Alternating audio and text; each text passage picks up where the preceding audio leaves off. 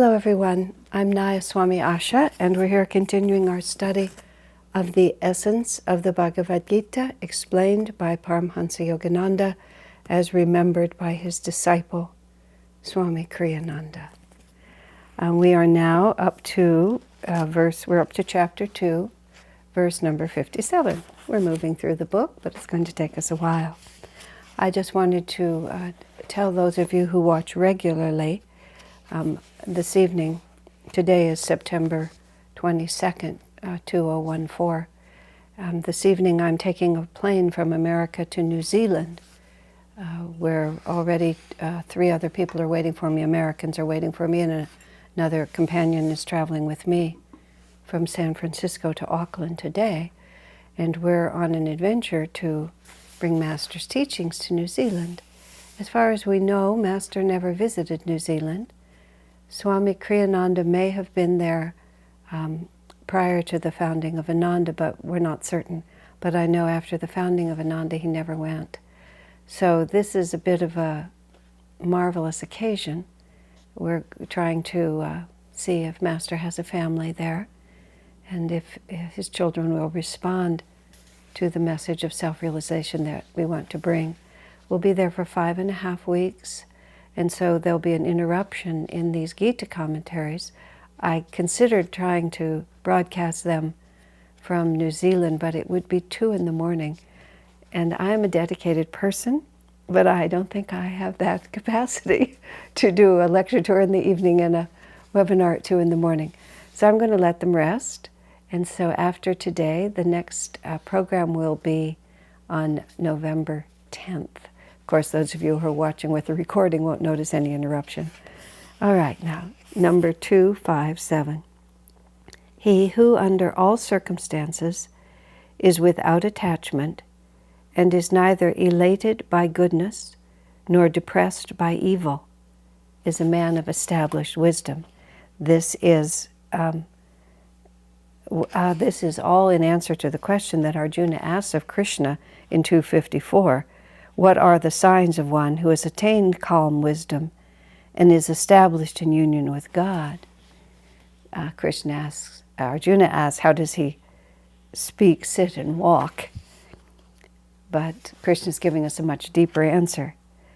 The man of established wisdom is the one who under all circumstances is without attachment, is neither elated by goodness nor depressed by evil. There's one thing that's very important to understand about the way a yogi presents himself.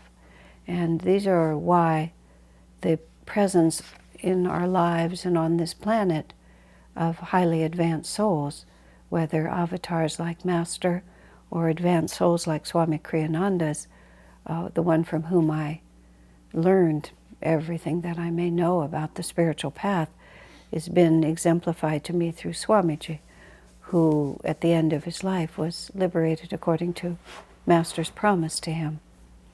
So he was a very advanced and very free soul during the time that I knew him.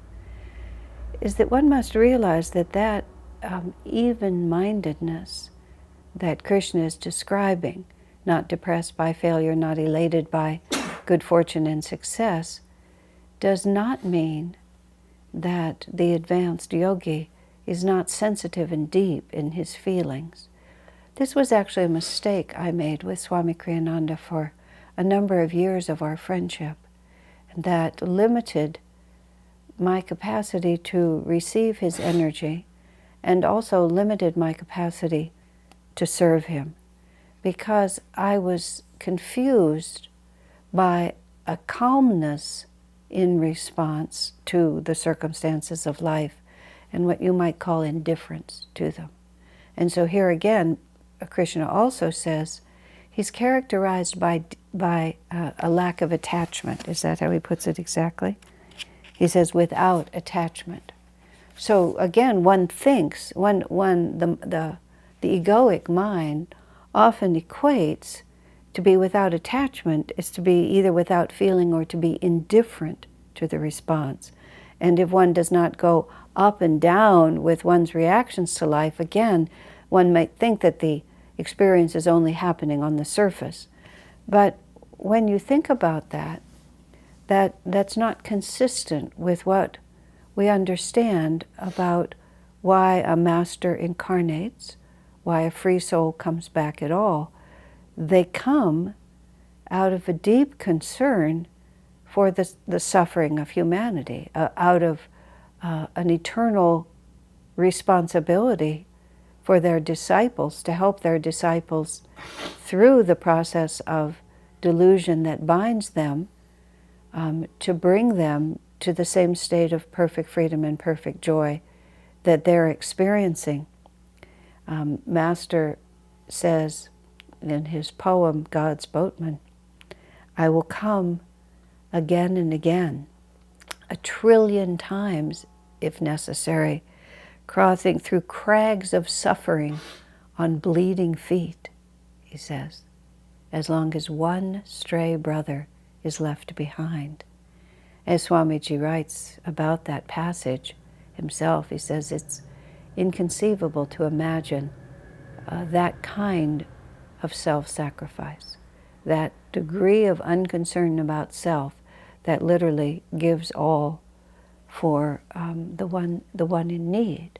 And that need is the need of the soul. It's not the need for food or shelter or a healing from sickness or anything like that. It's the need of divine liberation.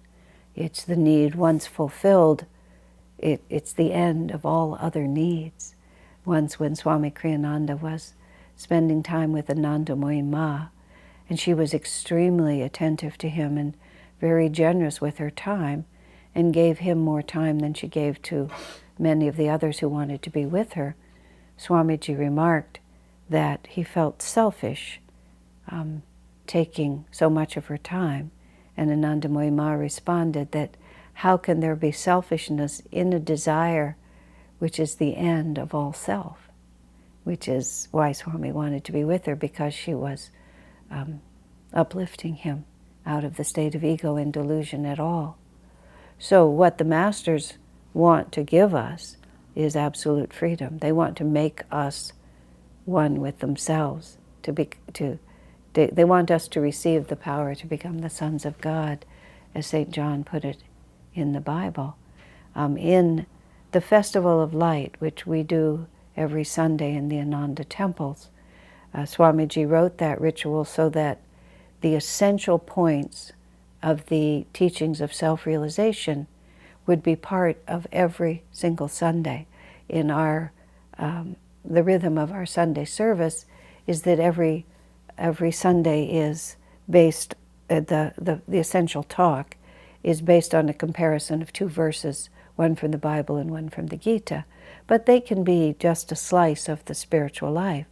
And Swamiji thought it would be beneficial both for the sake of those who are relatively new and are trying to understand what Ananda is, and also for those who attend on a regular basis, week after week, to do something that would go deep into our conscious and subconscious too, of the essential points of what the path of self-realization is about. And that is the Festival of Light. For those of you who might be interested, either on the YouTube channel or if you go to Ananda Palo Alto, I'll give you even a third way to go. I have a website, it's just called Asha Joy. And if you go there, it'll trace you to everything. You'll find a class series that I did about the Festival of Light, which is an extremely interesting class series because the festival is the ritual recitation of the principles of our path in a poetic form, and studying that ritual expression really takes you deep into what the path of self-realization is.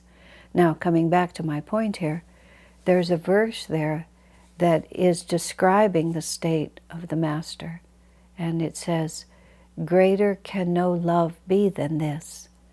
From a life of infinite joy and freedom in God, willingly to embrace limitation, pain, and death for the salvation of mankind. Such ever has been the sacrifice of the great masters for the world." And that is describing that the Master has no compelling reason to return to this world. The only reason he returns, he gives up the infinity of joy to embrace limitation, pain, and death for the sake of uplifting others to his own state of consciousness. And you have to understand also that when a master incarnates, it's not like he stands outside of this plane of existence. I liken it sometimes to this thought.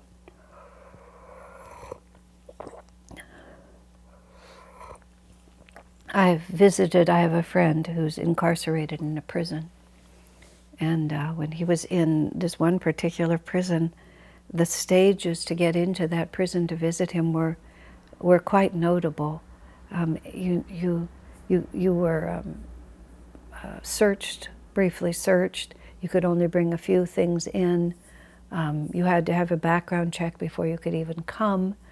And then when you entered in, you go in one door, it closes behind you, it closes and locks behind you, and you're in a little interim vestibule before the next door opens, and then you go through that and it closes and locks behind you. And where he was located, we had to do that several times before we finally got all the way in to where we were sitting in just an easy, comfortable room. There were armed guards around us, but with the prisoners we were all in a very companionable way, but there had been so many stages, and there was no possibility that, certainly not of them, but not even I, could just get up and walk out. I had to, again, go through every stage and verify my identification and the light. There was a stamp on my hand that was only visible under certain light. Just all of these things had to be checked before I could even leave again. So I feel when I first went through that experience, I thought, well, this must be what it is when a free soul, when a master incarnates on this planet. I was in there, in the prison, as a visitor.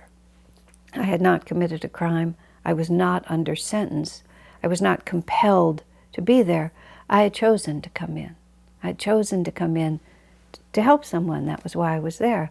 A man who was incarcerated and had wanted to learn Kriya, which was a very smart thing for him to want to do. And in fact, to his credit, has been a loyal practicing Kriya Bond for all his years of incarceration. He's just absolutely faithful to that practice. And it's saved him, really. It's turned an incarnation that might otherwise have gone nowhere. It's turned it into one in which he's made, I believe, great spiritual progress. But the way an avatar incarnates on earth is like he deliberately walks in as a visitor into the prison where we are all incarnated. But once he's inside that prison, the rules of the prison also apply to him. And yes, he may have the power to walk out in the sense that he could dematerialize his body and just transport himself somewhere else. But he's chosen to be there because he wants to help. Just as I chose to be there because I wanted to help. My stay was a matter of hours. The master's stay is an entire incarnation, but he actually assumes the conditions. And whatever he accomplishes, he has to accomplish within those conditions. And whatever those prisoners are subjected to, he is also subjected to it. And that includes the pain of loss, the struggle to accomplish, the betrayal and insult and unkindness of people around him, the misunderstandings of his intentions, the disappointment of people not responding to what he really has to offer, just all of these things. And in some cases, war, combat, death, painful death. On one hand, as Master put it, when Swamiji asked him, because Master said he lived his incarnation as William the Conqueror, who was a great warrior and a king. I mean, the picture in your mind of the world-renouncing yogi and William the Conqueror is just, they just don't connect. But Master had a job to do, an important job for history. There's a book published by Crystal Clarity called 4 lives, 2 souls, 4 lives. And it's about William and his son Henry, who were Yogananda and Kriyananda, and about Yogananda and Kriyananda. 2 souls, 4 lives. Fascinating book. And it gives more of a story of why Master was William. Swamiji also talks about it, I believe, in Conversations with Yogananda and a few other places. But the point is, we have to think very differently about what the avatar's life is like. If the avatar incarnates in India and sits in a Himalayan cave and never speaks and merely blesses people, then the picture fits better. But if you have to look at the life of Lahiri Mahashaya, living as a householder in Varanasi, or the life of Paramhansa Yogananda, leaving India and coming to live in Los Angeles, California, the life of Krishna, for that matter, taking the Pandavas and the Kauravas into war and having himself to drive the chariot and urge Arjuna to fight. And there's so many elements there.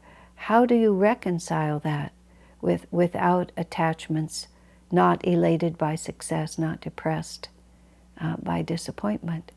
We have to be talking not about a lack of participation, or even not about a lack of, as I started to say, not a lack of feeling.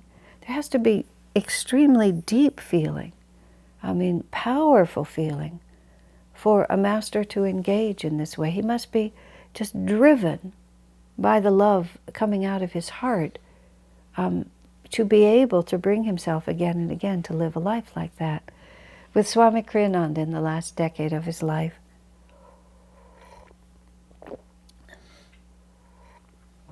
when his body was becoming extremely difficult, his body became very difficult at the end. Really, it's a wonder he was able to stay in it and keep it going so long. There were several occasions when he had an opportunity to leave it. Miriam, the woman who took care of him, described a time when he was having, his kidneys were shutting down. And this was about 5 years before he passed. And he was in India, and he had a great aversion to going to the hospital. If possible, he preferred to stay in a hotel and then be treated at the hospital.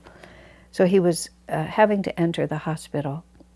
And the doctors examined him and basically said to Miriam, his condition is so serious and so complicated that unless he's hospitalized, he really will only live another day or 2.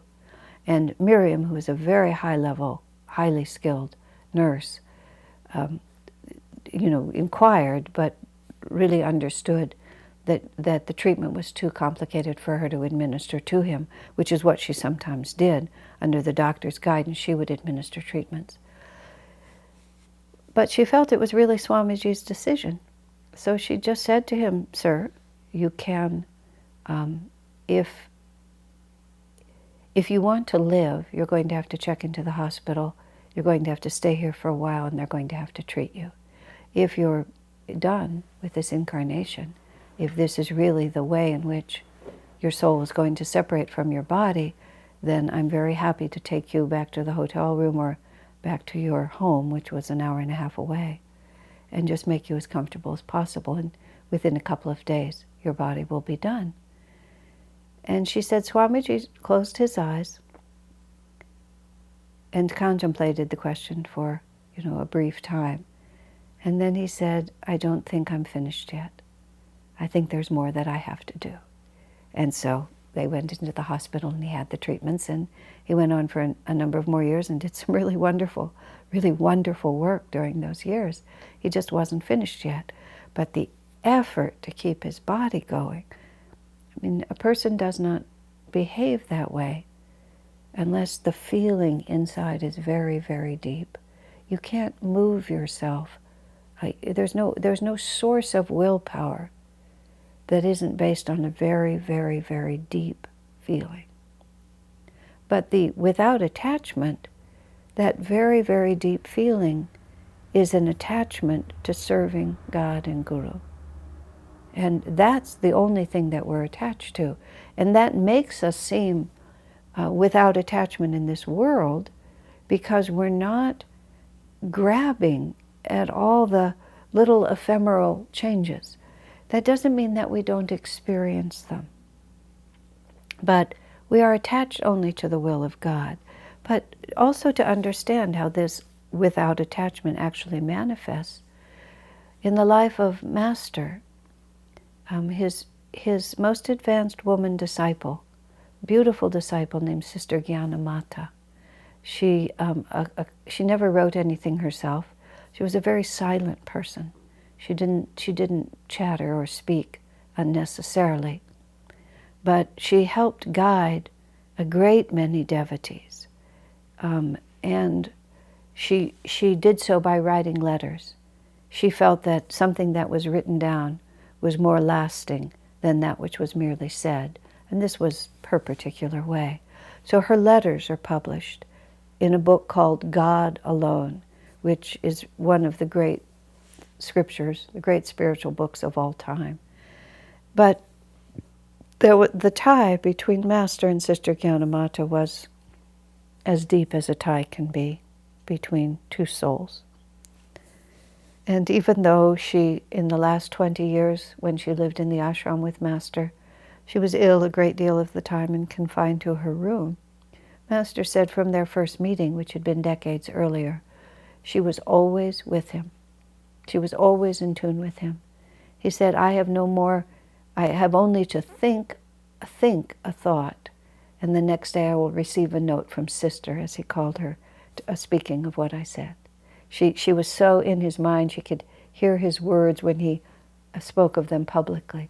She tells a story of, she was in one building, confined to her room by illness, and Master was at the temple giving a service, and she turned to one of the nuns and said, Master has just revealed what Divine Mother said to him. And then she quoted the words Divine Mother had said to Master, dance of life, dance of death, know that these come from me, and rejoice. What more dost thou want if thou hast me? And later that day, Master came to visit Sister Gyanamata, and she told him how much she liked Divine Mother's words. And Master smiled at her and said simply, so you heard. Because she was just in his own mind. And in the life of a Master, to have disciples who so completely receive what he has to offer is also for him a great fulfillment. He has sacrificed his freedom to come and help, not that he begrudges it, but he has. And so when he is able to give everything, the joy of that for the Master, the joy for the sake of the disciple, is beyond our ability to comprehend, because we can hardly imagine the greatness of the gift that is given.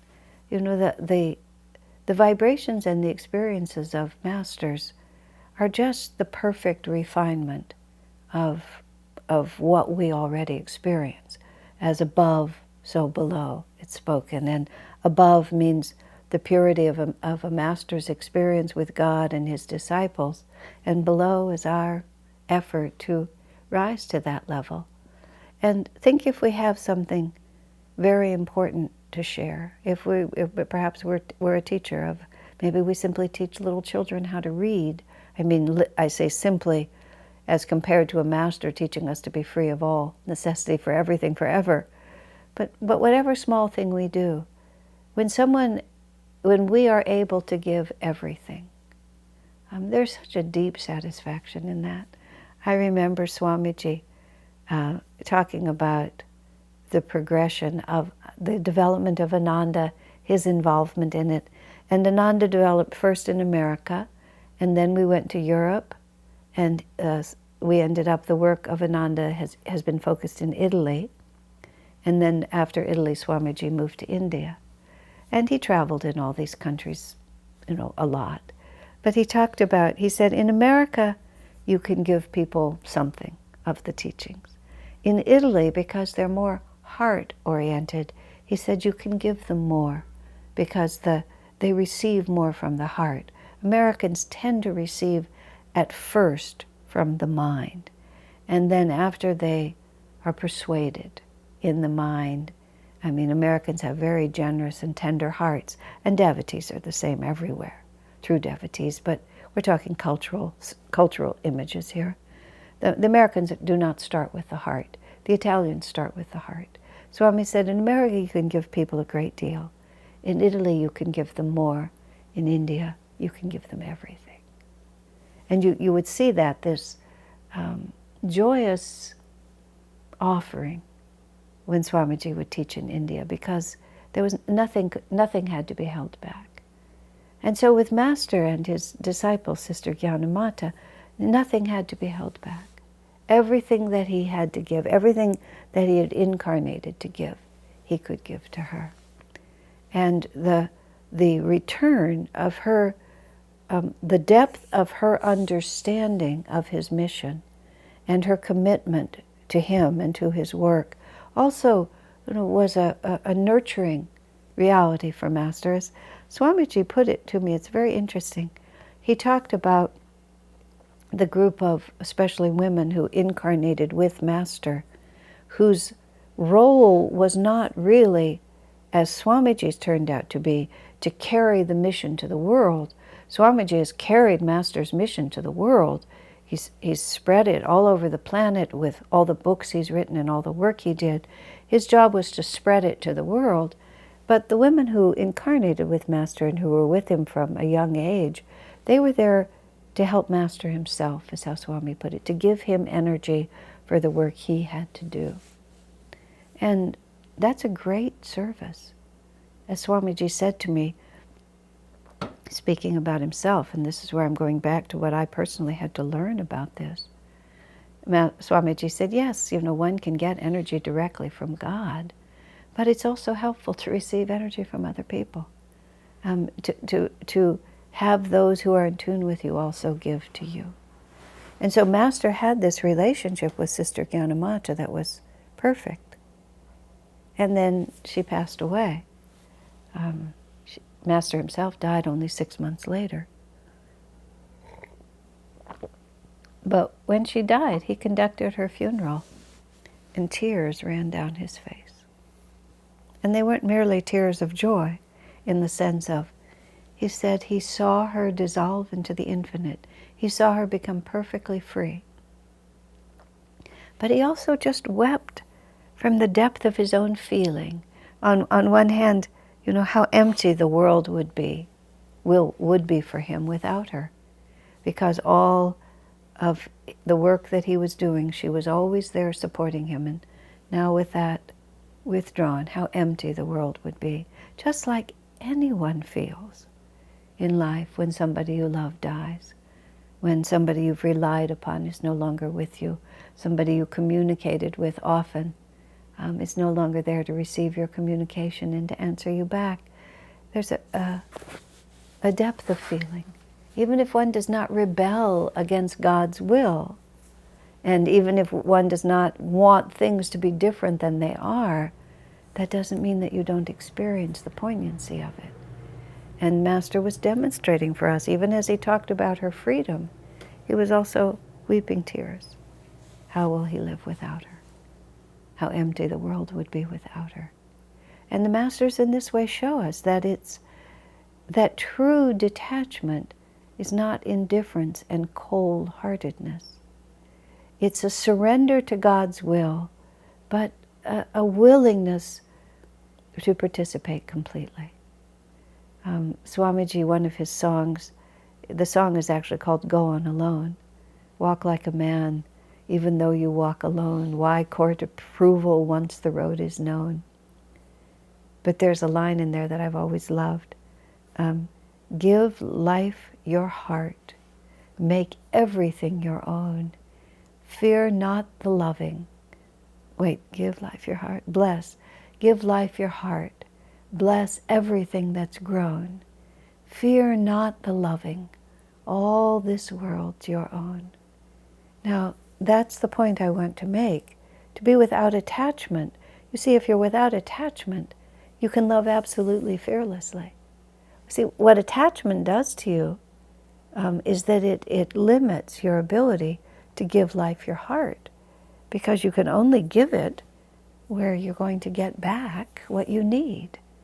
If you're attached to how people respond, if you're attached to whether they like you or don't like you, if you're attached to whether you succeed or not, or whether people like your art or your writing or your singing or whatever it is you're doing, if your children come out just a certain way, if you have all these limiting conditions, then it's going to inhibit the freedom with which you can give yourself to things, because there are always going to be these conditions and these fears.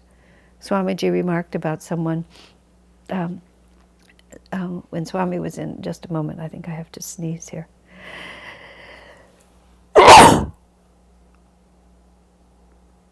Okay, very good. Sorry about that. Because I sneeze so regularly, this is completely a diversion. Because I sneeze so regularly, Swamiji always considered it to be the mark of my approval on a situation. And he even went so far as to say that nothing would be right in a circumstance until Asha had sneezed. And so in a satsang or something, when I would sneeze, he would often stop and smile at me, because now the seal of approval had been given.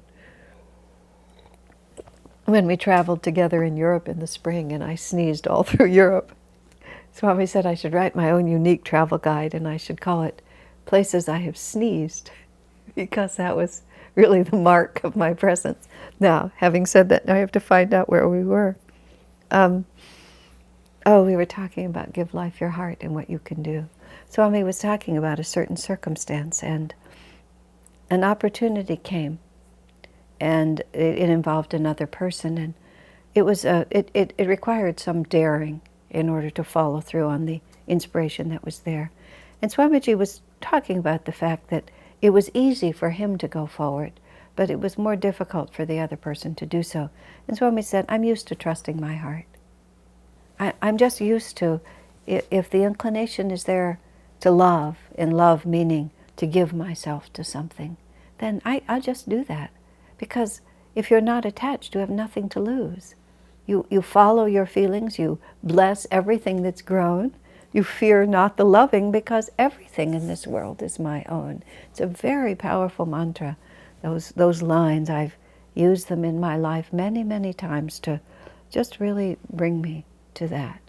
Because, as I was saying at the beginning, one's attachment is to be an instrument of God. And it doesn't matter how it comes out for the ego. On one occasion when Swamiji behaved very boldly and with a tremendous amount of generosity of heart in a circumstance that ended up not turning out at all as he and expected it to turn out, and it was as he put it, it was a great embarrassment. It really was. He'd staked his reputation on this certain expectation, and it all collapsed. Everything collapsed. Completely, nothing. And he said, just quite simply, if I chose to be, I could be quite embarrassed, but I choose not to be, because I'm not attached to my reputation. I'm not attached to anything. I did what I felt God wanted me to do. And if this is how God wants it to turn out, then that's fine. Swami had to think a little bit and meditate a lot about, was his guidance really true? And the answer he came up with very interesting. What he had hoped to achieve, in the broader sense, had all been achieved, even though the circumstances that he thought were necessary for achieving that goal vaporized. But he observed that, in fact, it had been achieved. And then he thought, God does what he wants to do in the way he wants to do it. And my only attachment is to being an instrument of God and doing what he wants me to do. So it's without attachment to the things of this world, which leads to this, you're not elated, as it says here. He who under all circumstances is without attachment and is neither elated by goodness nor depressed by evil is a man of established wisdom. Now we're not talking about success and failure. We're talking about goodness and evil, which is actually even much more subtle. Much more subtle here. And goodness and evil, when we go back, I have just a sort of sit with this for just a moment.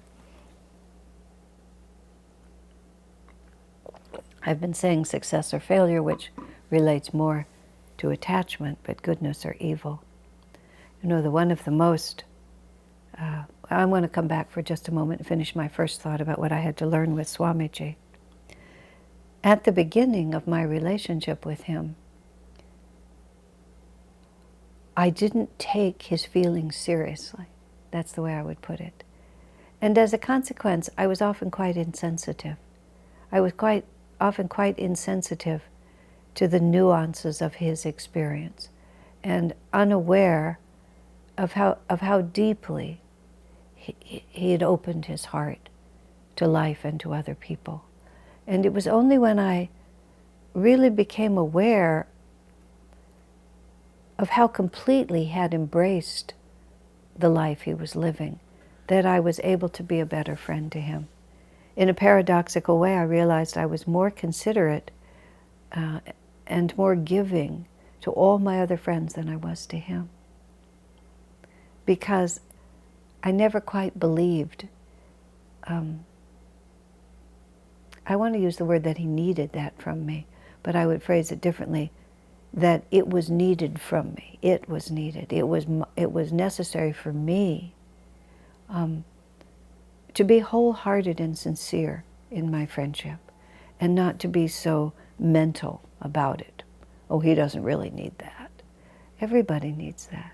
And we perfect our ability to be sensitive and to love, especially with the advanced ones in our lives. We learn how to be a perfect friend. And by being the same friend who our teachers, as our teachers are to us. And that's what I was learning with Swami. Now we're at goodness and evil. And goodness and evil is a really subtle issue. Because we have this idea in our mind that somehow God's will should always, well, let me phrase it differently. We mistake the purpose of this planet. Planets are physical entities, and as such they go through the cycle of the Yugas. This is an ancient tradition of India, and there is a book, which I've mentioned several times, which is called the Yugas. And it turns out, in fact, it can be purchased over the internet, even from India. It's only published in America. It's not yet published in India, but for a fairly reasonable cost. If you go into Amazon or any of the mail order book ordering businesses, you can get the book. I highly recommend it, especially those of you who are in India, because the information about the Yugas, according to Sri Yukteswar and according to Master, most of the current information about the Yugas is not accurate. It's been corrupted by Kali Yuga, which we have just come out of, according to Sri Yukteswar. And that's all explained in the book, The Yugas. So you have every physical reality is going to be a mixture of light and darkness, as it describes elsewhere in this book. It's the three gunas. You always have this duality. That's the nature of creation. And a planet is a physical reality, an element in the material world, and the degree of enlightenment of the whole planet, of the planetary culture, is an astronomical philosophy, not astrology, but astronomy, in about where that planet is in relation to the center of the galaxy, to the grand central source of energy. And the planets our planet, our whole solar system, goes in an elliptical orbit, which takes us closer to and farther away from that source of energy. The closer our solar system is to that center, the more enlightened our planet. The farther away, the darker. The darkest point is Kali Yuga, the materialistic age in which we think matter is the only reality. The highest point is Satya Yuga, in which it's possible for the planet as a whole, the people on the planet, to have a much more elevated understanding of spirit. This is the explanation of things like the pyramids and other greatnesses from the past that are no longer part of our reality. This part of it is understood in Indian culture. What is not understood is where we are in the upward moving cycle. According to Sri Yukteswar, we have come out of Kali, we are into Dwapara, we are at the beginning stages of Dwapara Yuga. But even at the beginning stages of Dwapara Yuga, tremendous technological advances, which is what's enabling me to sit here in my living room in California and talk to you all over the world in real time. I mean, at the same time I'm saying these words, essentially within seconds you're hearing them and seeing my image in my face as it is. None of this would have been possible until very, very recently. But the moral character of the world is not advancing as much as the technology, and apparently all of Dwapara is very insecure for that reason. We use our science to make our lives more comfortable and also to make destruction more efficient. And the desire to destroy is still a quality of many human beings who are attracted to a planet for whom a planet like this is appropriate. So it's a very mixed bag for a period of time. And therefore, goodness and evil are going to coexist. And they're going to coexist in the planet that we're living on right now in a balance that is not necessarily in favor of goodness. Better than it has been in Kali Yuga, but not as good as people of goodness can imagine. Now, the physical planet and the cycle of the yugas that we're in is merely the backdrop for the real story. And the real story is individual souls moving toward full self-realization. When Swamiji asked Master if we always incarnate on planet Earth, he said, oh no. First of all, he said, if you came back too often, you would figure it out too fast, which is kind of an annoying answer, but that's the answer he gave. But the other thing he said is that there are countless planets that we can go to, and each of them will be in a different stage or in their own stage in the Yuga cycle, and that will determine the quality of life, the character of life, the number of wars, the balance between good and evil. And it will be set up in a certain combination, and your soul will be drawn to that planet at that time for that incarnation, because the balance of good and evil is exactly the atmosphere that your soul, that your jiva needs in order to learn what it has to learn. Karma is unlearned lessons, something that we don't understand, something that we cling to more than we cling to the will of God, if you can put it like that. So what it is that we're trying to understand, and this is why the man of wisdom is not elated by goodness, nor depressed by evil, because he understands that the play of good and evil is simply the way the world is made, and more than that, it's necessary in order for the jiva, the individual spark of spirit, which is what the word jiva means, our unique individuality. It's the unique individuality that goes from incarnation to incarnation. It's our piece of divinity. In English, we sometimes use the word soul, but I find the word jiva is more accurate, and it says it more exactly. The jiva has this experience, and it has to transcend ego. And ego is when the jiva becomes identified with the particular body it's in, whether it's physical or astral, because the ego extends to the astral world. So the mere death of the physical body is not the death of the ego. It's just the jiva has been identified with the physical body goes away, but the ego is still strong. The jiva is still identified by its individuality, by its karma, by its desires, all of that. It just takes it to the astral world. The astral world, the conditions are different, but the ego is still in place, the astral ego. Some people, when the physical body dies, the jiva is not able to let go of it. That's when you become a ghost, when you cling to the body. That's why cremation is very good, because it dissolves the physical body, and it leaves the jiva no place to identify and encourages the jiva just to go on and to really understand that this is over. So we incarnate into this planet, and the ego's idea is that everything should be harmonious and pleasurable and generally without effort, easy.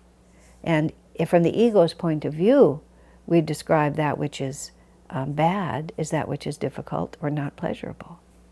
From the divine point of view, the divine has really one intention, and that is to free us of all karma, for us to learn what we don't know about detachment to everything ephemeral and complete identification only with the divine.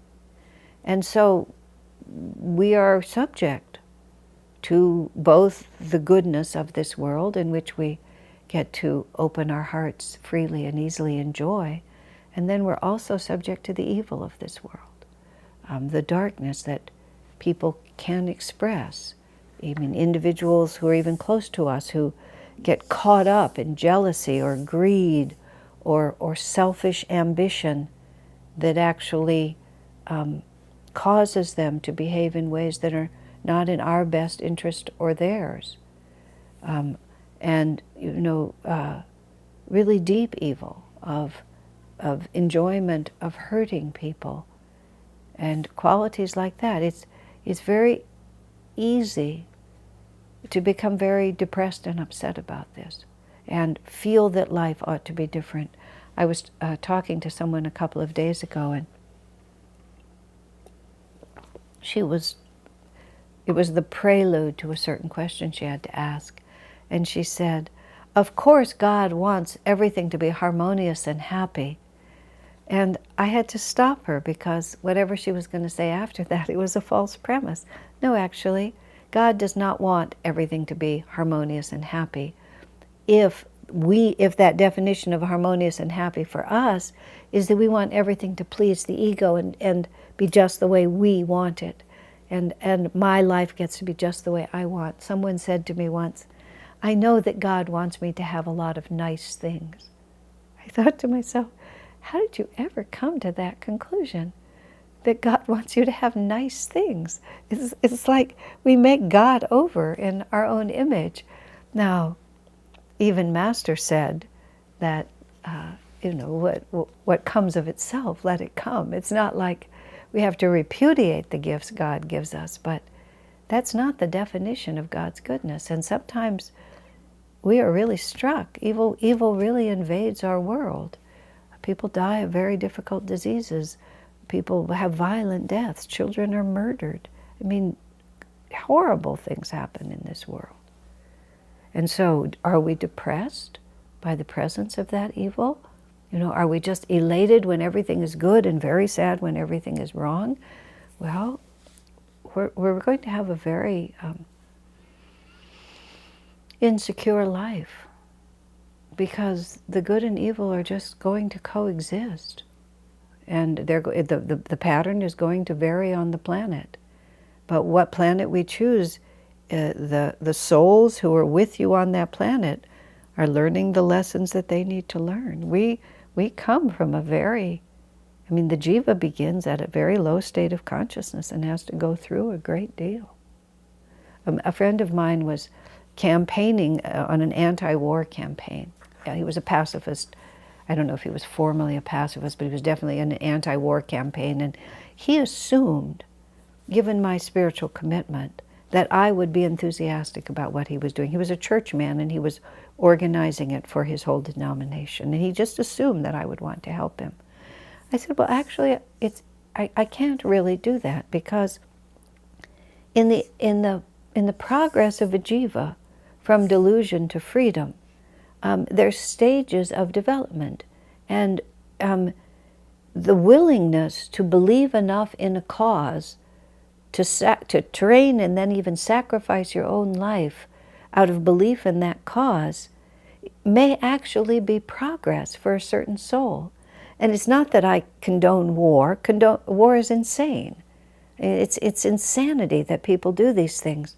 But nonetheless, this planet is set up in such a way that everybody gets the opportunity to participate at whatever level is appropriate for them. That's why they have come to this planet at this time. Those who need to be soldiers are here to be soldiers. Those who need to be brutal, bestial sadists, unfortunately, are on this planet and given a chance to experience it. And those of us who have tremendous fear of that kind of evil are brought to the opportunity to face that fear. Because what is there to fear? We are not this body. Death is an illusion.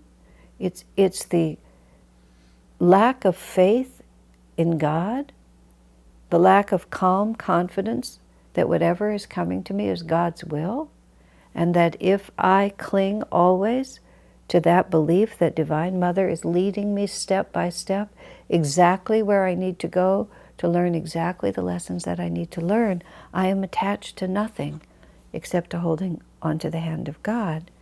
And I'm not depressed when I realize that all souls are learning their lessons and that evil is now manifested.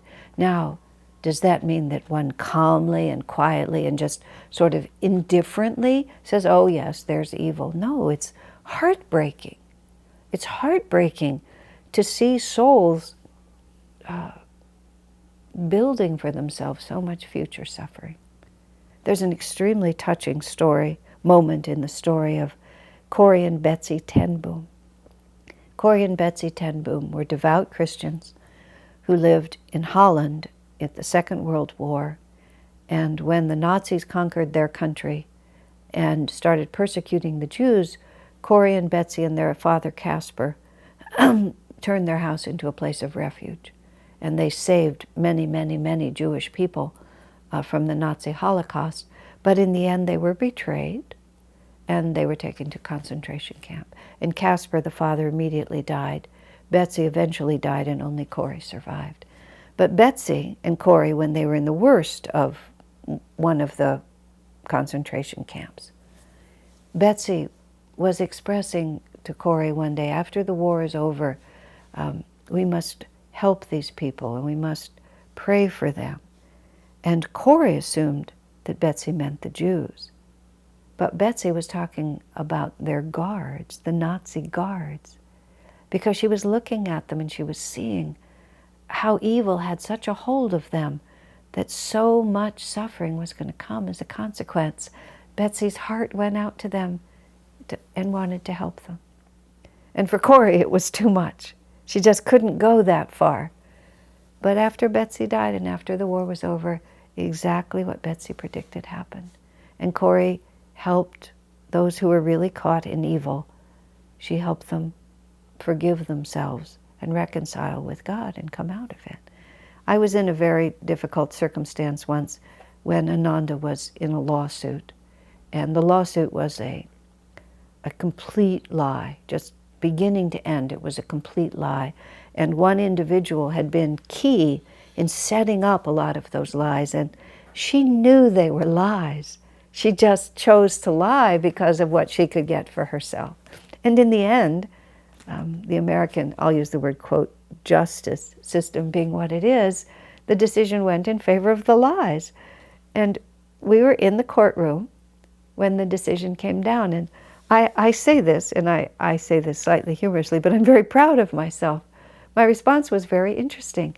As soon as I saw that the case had gone against us, which cost us money, but it was a tissue of lies, so it didn't really matter.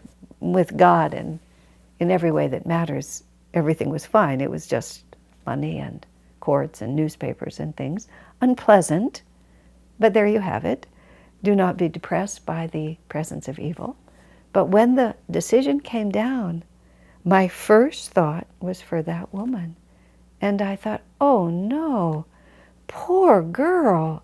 Not only has she done this horrible thing, I mean, to create so much falseness and harm to a good thing, even a divine work, which is Ananda and Swami Kriyananda, but she actually won. And that will just, harden her in the delusion that she's done this great thing. The karmic misery for her will be even more. And my first response was, oh, that poor woman. I felt so badly for her, because now it's going to be even worse. Isn't that wonderful? And I don't mean it just for me personally, but just for that little moment, something bigger than me opened up. It's like we're all struggling through this. And these are necessary realities that we have to face. This is the way God made the world. Master actually said that he used to argue with Divine Mother about making suffering a necessary aspect of spiritual growth. Master used to say to Divine Mother, why do you have to make your children suffer? But she does, because most of us, alas, are not sufficiently magnetized by the light to devote ourselves to going toward the light. We have to be pushed from the back by suffering. We have to be pushed from the back by suffering. When I saw that woman having done this very unwise thing, and then having the momentum, to not have it stop yet, she's going to have to be pushed from the back by suffering at some later date to make up for it. And that's why we're pushed from the back now by suffering, because in some way or another we've set something in motion. I had a very unusual experience once when I was experiencing a great deal of fear about, it was a physical circumstance. I was nervous about something I was going to have to do physically. It was scuba diving, going underwater, and I was nervous about it. And I couldn't sleep because I was so anxious about it. And I prayed, Divine Mother, why are you not comforting me? I'm suffering, why aren't you comforting me? And this extremely clear revelation came to me that there was a person in my life who was an unhappy person who struggled just almost on a day-to-day basis. And I was not as kind to that person as I should have been. That person was suffering and I did not comfort him. And so I needed comfort, but I hadn't, this is the way it came to me, I hadn't created a universe in which comfort was possible. Because having withheld it myself, I had stepped out of the comfort zone. So now I had to suffer. And I did just have to suffer. I was never comforted until I simply had the experience and realized the fear was groundless. But it was a profound lesson for me that I want to be in a universe in which comfort is offered. And so my own suffering becomes a goad for me to move into a more generous and giving reality. Give life your heart. Bless everything that's grown. Fear not the loving, all this world's your own. Evil or good, what difference does it make? This is the way Master makes the world. So we were in a very difficult situation. It was actually that same lawsuit. Everything went against us in that lawsuit, almost comically so. If there was any chance for something to go our way, it never did, ever, never. And Swamiji just said very cheerfully, the law of averages says that at least some things will go your way. He said, when everything goes against you, you know it's the hand of Divine Mother behind it. That she's running the show and just making it happen a certain way. And even when things are dark, Divine Mother's always running the show. And often that is the entire point, which is, how much do you love me? Going back to Corey and Betsy ten Boom. When Betsy told Corey afterwards, she said, you must talk, you must teach. And she said, you must tell people that no matter how dark and no matter how evil, how deep the evil seems to go, she says, the love of God is deeper still. That behind everything, there was always the loving hand of Divine Mother. When Swamiji prayed to Babaji once, he said, Babaji, why are you letting these evil people have influence over me? This was the same situation in the law courts. Why are you letting these evil people have power over me? And Swamiji said, Babaji's answer to him was, They are all my children. Isn't that amazing? God loves us all equally. Even the greatest of sinners are equally loved by God. They are not able to receive it, but God's love is there for them. God's love is deeper, no matter how dark. God's love is deeper still. Why then be depressed? Why then be concerned? One feels it deeply, but the trust is in God.